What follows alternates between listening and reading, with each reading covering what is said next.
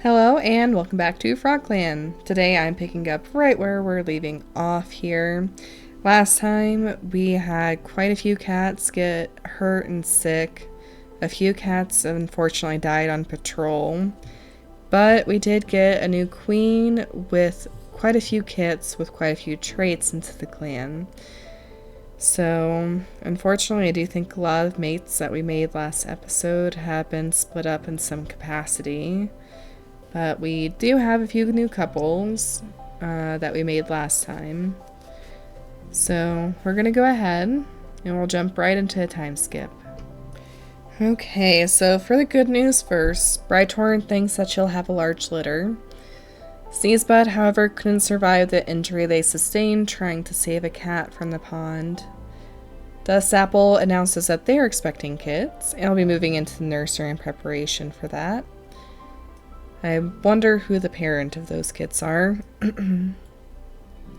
This past moon, Conch Coral, Eva Hawk, and Sneezebud have taken their place in StarClan. Their loss is mourned, and stories of their life are shared. So much grief and death has taken its toll on the cats of FrogClan. Poor newborn Chasing Kid is particularly shaken by it. Jirachi Lightning's poor mangled tail is swollen and hot to the touch, and Pebblesock is searching for herbs that fight infection. Blossom Patch recovered from white cough, but has sustained yellow cough instead. Sneezebud couldn't survive. Raincrest has recovered from their white cough, and Websense infection is thankfully gone. Mysterious Star still has a crazed look in his eyes. I'm really concerned for decisions he's going to be making on the back of that for the clan. Adam Shriek is feeling down. Understandably, they're very sick with green cough and their newfound mate just died. I would be very surprised if even Adam Shriek was able to just move past that with a blasé attitude. Pinebean's still hanging in there. He's been sick with red cough for 5 moons. Jirachi Lightning is sparring. She's sick with white cough and has an infected tail. I really hope our motherly cat can make it through this. Webstem, quote-unquote, just has a broken back now. It's no longer infected. We'll get to see Brightorn's kiss this episode.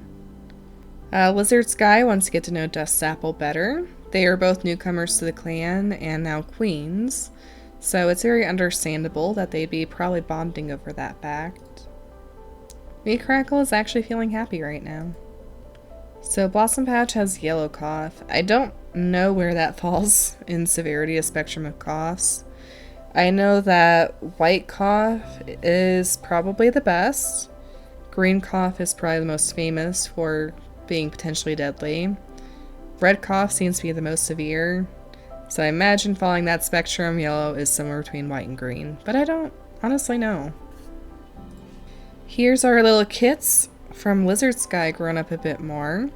Petal Kit is absolutely gorgeous. Honestly, weirdly reminds me of like desert color scheme with her kind of sandy pelt but bright blue eyes. And she's trying to grab menacingly. She is an attention seeker that splashes in puddles. Flaxknight really darkened since growing up here from kind of a sandy color to dark ginger. Is keeping the white topping though. He's currently sweet, splashes in puddles, and asking how older kits are born. Chasing Kit is a little bit injured just with shock. She's charming and splashes in puddles. Iris Kit has this kind of dark roan look to them almost, with dark brown eyes, bronze specifically. He's nervous, also splashes, and is scared after having a nightmare.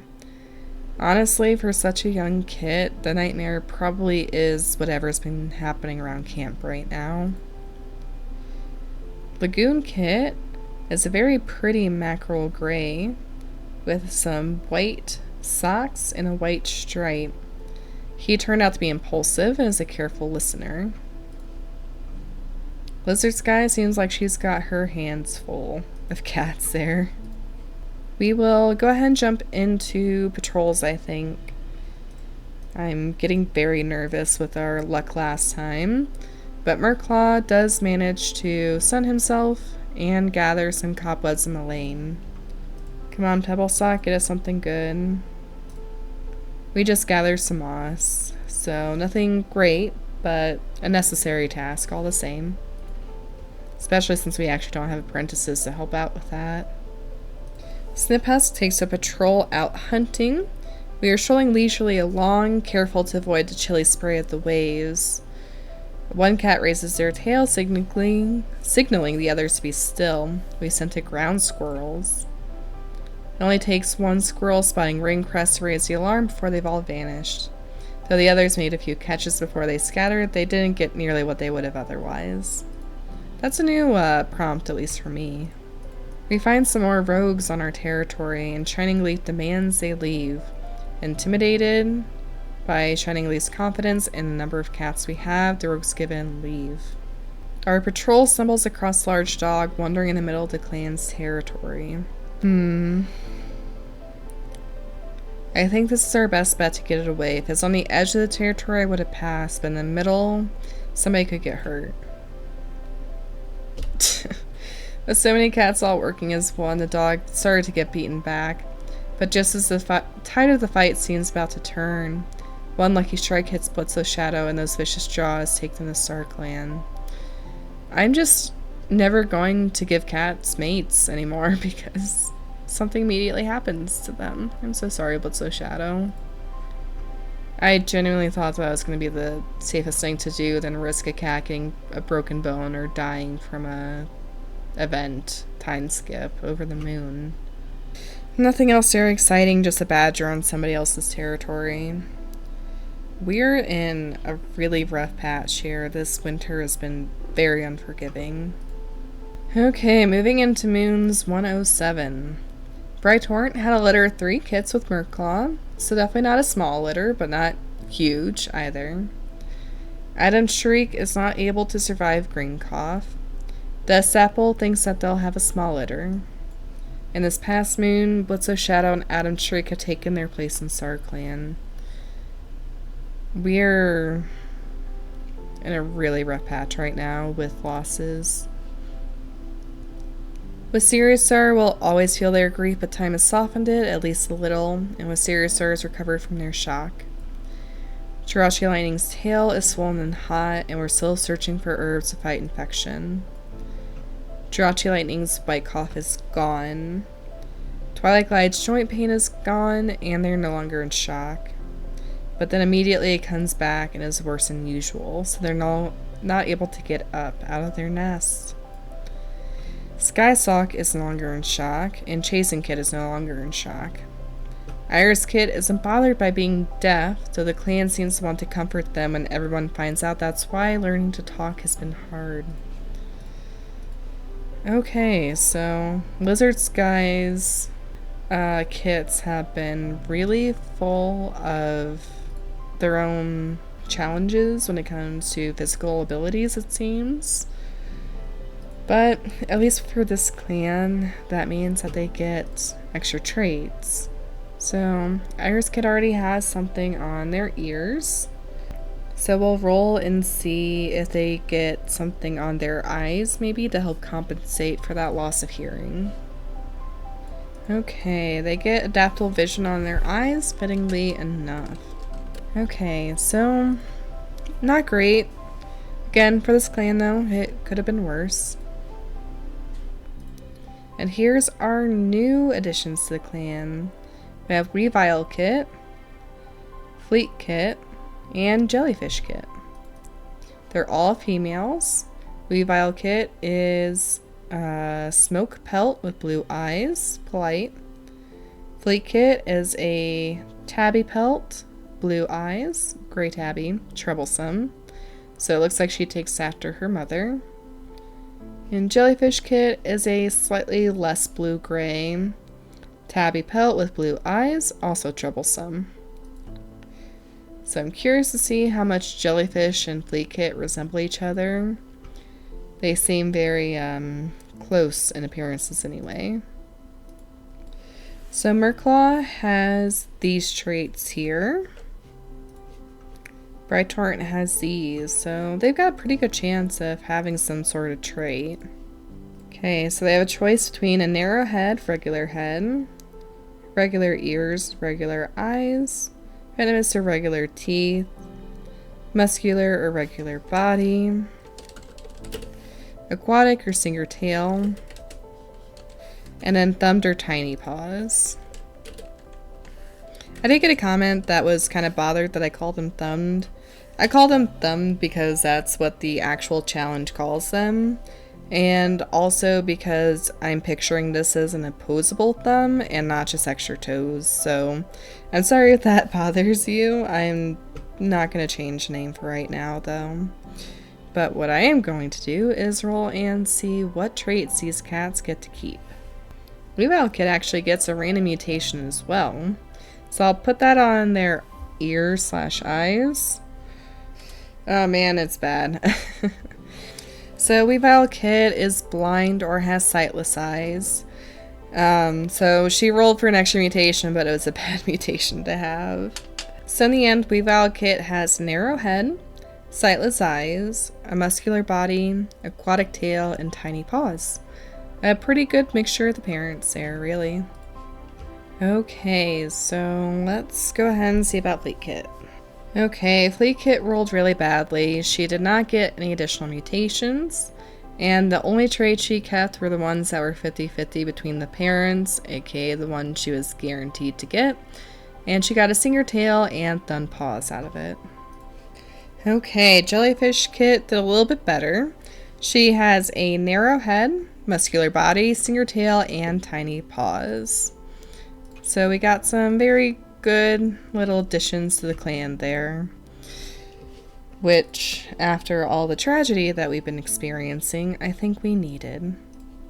With Serious Stars acting kind of crazy, insisting they receive 10 lives instead of 9 still. Sniphusk is wondering how Pinebeam is doing. Pinebeam is still sick, but he's making everybody laugh with a very funny quip. So I really hope he pulls through. He's been sick a long time, and I'd like to see him get better. Jirachi Lightning is, quote-unquote, just dealing with the infected tail now, so hopefully she heals here soon. Webstem is growing fond of Chasing Kit, so I think Chasing Kit is just winning her over right now. Bright Torrent is trying to set a good example for the young kits now. Blizzard Sky is offering helpful advice to Gloomy Clanmate. I wonder if it's another queen or somebody else.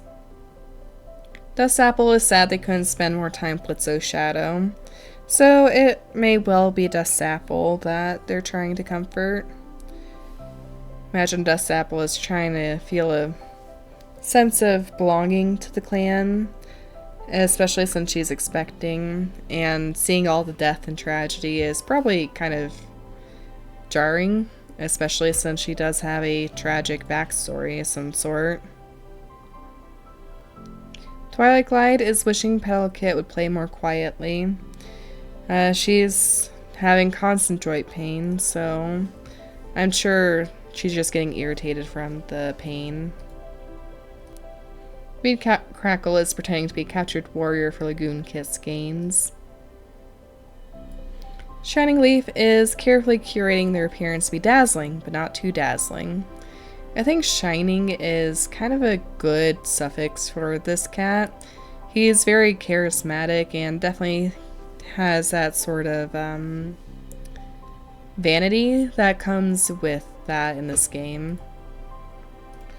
Blossom Patch doesn't really seem to be grieving her lost mate. She's probably distracting herself by being a captured warrior for Chasing Kit's gains, but she's also sick, so hopefully she'll be back on her paws and not pass anything along to the kits in the meantime. Pearl Sight gave a badger ride to Lagoon Kit and is now being begged by more kittens to do the same. So it seems like the entire clan is really wrapped up in these new kits of Lizard Skies. Petal Kit wants to snuggle. Flax Kit is offering to leave camp to collect moss, but can't because they're a kit. Chasing Kit is already nervous for their apprentice ceremony. You've got quite a bit of time, Chasing Kit. Iris Kit, meanwhile, is a bit nervous, is trying to stop their paws from shaking. I feel like once it was found out that he was deaf, a lot of the clans probably kind of keeping a much closer eye on him, and that's probably not helping his nerves. And Lagoon Kid is complaining of a tummy ache after eating too much. And we used to have two pages of available cats, and now we don't. Merclaw manages to slowly and carefully grab some juniper amongst the tree's branches. And Pebblesock gathers a lot of cobweb. I'd prefer something for infection or cough, but bakers can't be choosy. Okay, I kind of skipped through all the border patrols just because it wasn't really that interesting. I sent out much larger patrols than I normally do, just because of our poor luck with rogues. We mostly encountered rogues, and we drove them away without problem. We did find one dog, though, so nothing too insane there. We'll go ahead and skip. Okay, so we're finally moving into New Leaf at 108 moons. And unfortunately, Pine Beam was not able to survive Red Cough. They held on for a very long time, but they were not successful. Dust Apple gave birth to litter 3 kits with Raincrest and is looking forward to co-parenting. Okay, I really wasn't expecting that, but I guess we'll roll to see what their mutations are between their kits. And this past moon, Pine Beam has taken their place in StarClan, and their loss is mourned. Sniphusk slipped on some rocks and twisted their paw. Jirachi Lightning's infection is gone. Dust Apple gave birth, and Lizard Skies recovered from their own birth. Okay, so we're finally into the freshness of New Leaf here. Jirachi Lightning looks like she's still down, but at least the infection's gone. Mysteriousaur wants to get to know Jellyfish Kit better. That's really only natural since he's been through so much with Bright Torrent to try and take a role in her kids' lives. Sniphusk has sustained a sprain, but is assigning cats to patrol the borders regardless. It actually looks like Sniphusk has developed a bit of affection for Bright Torrent, as well as Jirachi Lightning. Honestly, I think I'm gonna pair these two. They both have mutual feeling and affection for one another. They're compatible nature. I mean, why not? Sniphusk is getting rapidly to the senior adult stages of her life, and I think it's only fair for her to consider settling down. She had 2 adopted kits, and both of them are gone. Wetstem is keeping their eyes on the skies, afraid a predator could come get them. It's probably even worse for a nervous cat since she is injured with a broken back and is completely at the mercy of her clan to take care of her and protect her. Bright Torrent is in the medicine den. Understandably, she's recovering. So Dust Apple came to the clan just with tattered ears. And her co-parent here, Raincrest, has streamlined head, fuzzy ears, flat teeth, and a multi-tail and talon paws. So he really does have quite a few traits to pass on to those kids, and they'll definitely have something on their ears. So I'm really not mad that he had kits. It just feels a little surprising since they have no real relation with one another at all, it seems.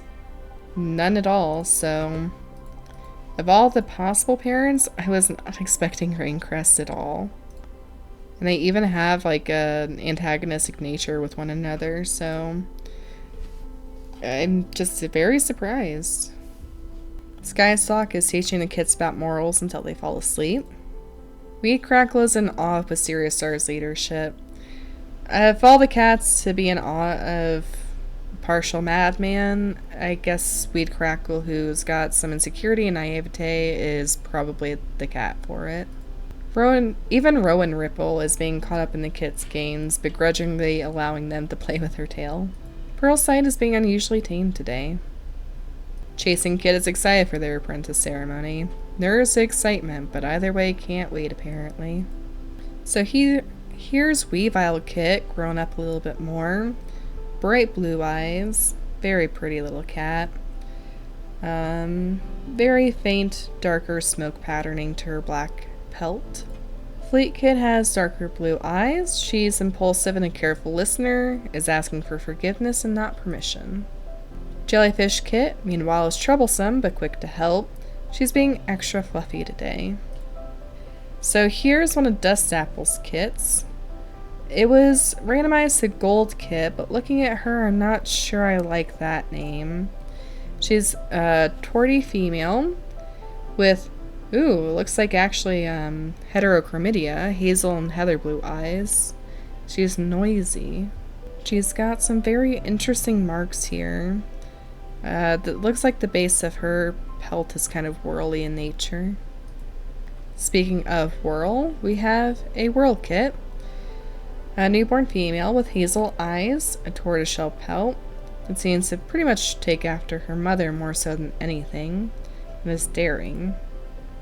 Finally, we have Oak Kit, newborn male, know-it-all with amber eyes and a rosette pelt. So one of the randomized names here is Whimsy. I honestly don't hate that for this kit's kind of random patternings here.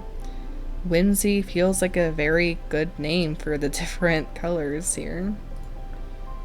Whirl Kit I think we'll keep. Oat Kit I'm going to randomize just because we've had a lot of oats. Drift isn't bad. Air's a little bit better. Yeah, we'll make him Bristle, sure. I don't think that's something I have very frequently, so we'll go with Bristle. And we also get to roll for their mutations. Okay, so these are their possibilities at base. I'm going to roll to see if they get any extra mutations, as well as to see what they keep. Whimsy Kit did not roll very well. She has a streamlined head, kept fuzzy ears, and only has talon paws besides that. Somehow, Whirl Kit does even worse and only keeps the guaranteed trait being on the ears, and she gets her mother's tattered ears and nothing from her dad. I really hope Bristle Kit does better than his sisters. Okay, I wouldn't really say he does better. He has a streamlined head, tattered ears, and flat teeth. So, for the gene pool that they had to pull from, these kits really got the short end of the stick. But at the end of the day, a 50-50 chance is a 50-50 chance, so it stinks, but they've at least got something. We'll go on patrol here real quick. We do manage to get some Daisy, but Pebblesock is not sure about Tansy and chooses not to harvest anything to be safe than sorry.